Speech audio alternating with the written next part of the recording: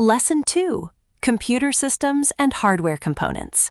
Let us explore the hardware that makes computer systems function. Computers come in many forms. A laptop is a portable general-purpose computer with an integrated keyboard and screen, while an e-book reader is highly portable, optimized for reading digital books with a long battery life. There are also embedded devices, which are specialized computer systems built into other products, like a washing machine, to control specific functions. Inside any general computer, the CPU primarily executes program instructions. Within the processor, a simple data flow model shows the Arithmetic Logic Unit performing arithmetic and logic operations.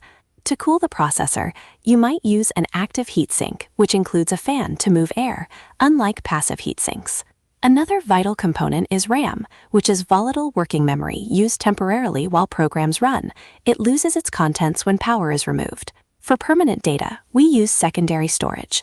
A solid-state drive, or SSD, uses electronic memory without spinning platters, offering faster random access and better shock resistance than a traditional spinning hard disk. When connecting storage, interfaces like SATA and M.2 are commonly used technologies. For expansion, PCIe slots are used to install graphics cards and other high-speed expansion cards. If you upgrade your components, your power supply unit must have adequate wattage and the correct connectors for the motherboard, CPU, and drives. Finally, systems rely on input and output devices.